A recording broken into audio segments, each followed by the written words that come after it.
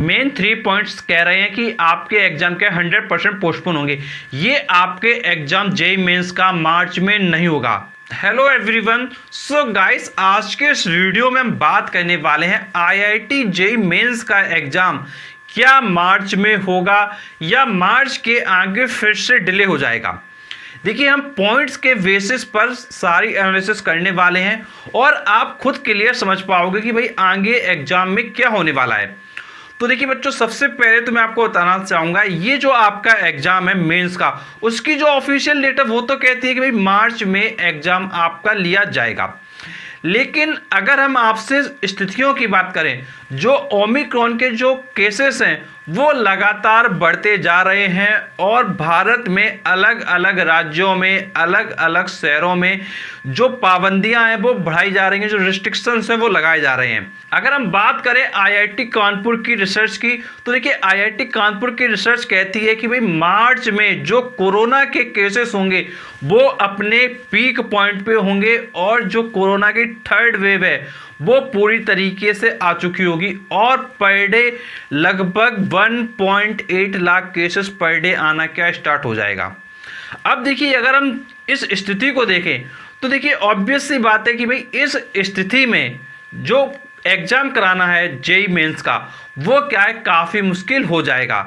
लेकिन इसके अलावा एक सेकंड सिचुएशन ये भी फंस रही है कि अगर जेईई मेंस को मार्च में कराया जाएगा तो भाई बोर्ड कब होगा, क्योंकि जो आपके बोर्ड के एग्जाम है, चाहे हम बात करें सीबीएसई बोर्ड की, चाहे हम बात करें आईएससी बोर्ड की, ये एग्जामिनेशन मार्च और अप्रैल के बीच में होना है। और बोर्ड कह रहा है कि भाई जो जेईई मेन का पेपर है वो क्या है, मार्च में भी लेंगे, अप्रैल में भी लेंगे। तो अब क्वेश्चन ये बना हुआ है कि ये एग्जाम्स सभी एक साथ कैसे पॉसिबल हो पाएंगे।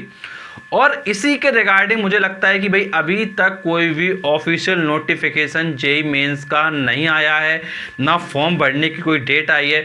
क्योंकि अभी ये जो स्थिति है, इस स्थिति को देखा जाए तो दो सिचुएशन बन रही हैं मोटी मोटी जो आपको दिखाई दे रही हैं। एक सिचुएशन है ओमिक्रॉन, दूसरी सिचुएशन है आपके बोर्ड के एग्जाम, और इसके अलावा एक थर्ड सिचुएशन और सामने आ रही है, वो है इलेक्शन। अब देखिए, इलेक्शन का जो समय है वो भी इसी के आसपास है।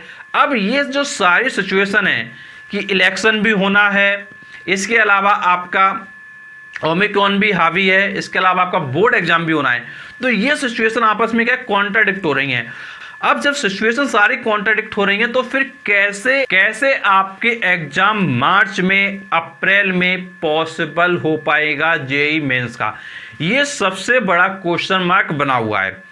तो देखिए, इस एनालिसिस से आप समझ गए हो कि भाई मार्च में एग्जाम करा पाना जेईई मेंस का और अप्रैल में भी जेईई मेंस का एग्जाम करा पाना बहुत ज़्यादा मुश्किल है। और अगर अप्रैल में कराने की सोच भी सकता है अगर जेईई मेंस के लिए, तो वो सिर्फ तभी पॉसिबल हो पाएगा कि भाई वो जब एग्जाम आपका क्या है अप्रैल के बिल्कुल लास्ट में कराया जाए।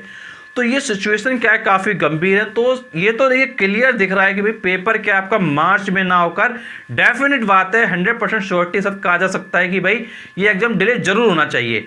अब बात यहाँ पर ये आती है कि भाई ये एग्जाम कब तक पोस्टपोन होगा।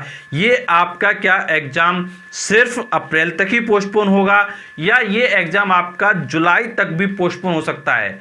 तो देखिए, ये स्थिति पर डिपेंड करेगा। बट आपसे मैं बस एक बात यही कहना चाहूँगा कि आप अपनी जो प्रिपरेशन है उसको बहुत अच्छे से करते रहिएगा, क्योंकि आपकी प्रिपरेशन ख़त्म नहीं होनी चाहिए।